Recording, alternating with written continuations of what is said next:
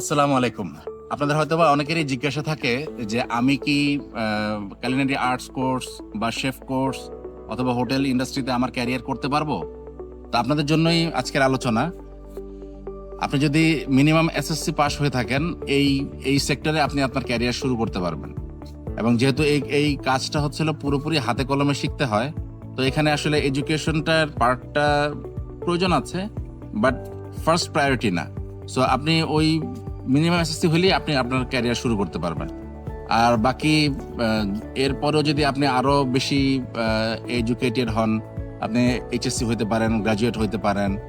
যেমন আপনাকে মানে হয়তোবা যে বিবিএ এখন যেটা সবচেয়ে বেশি রানিং কোর্স আর কি, বিবিএ। তো 4 বছরের কোর্স করার পরে একজন স্টুডেন্ট দেখা যায় যে 15,000 টাকা বেতন পাইতেই তার কিন্তু অনেক কষ্ট হয়ে যায়।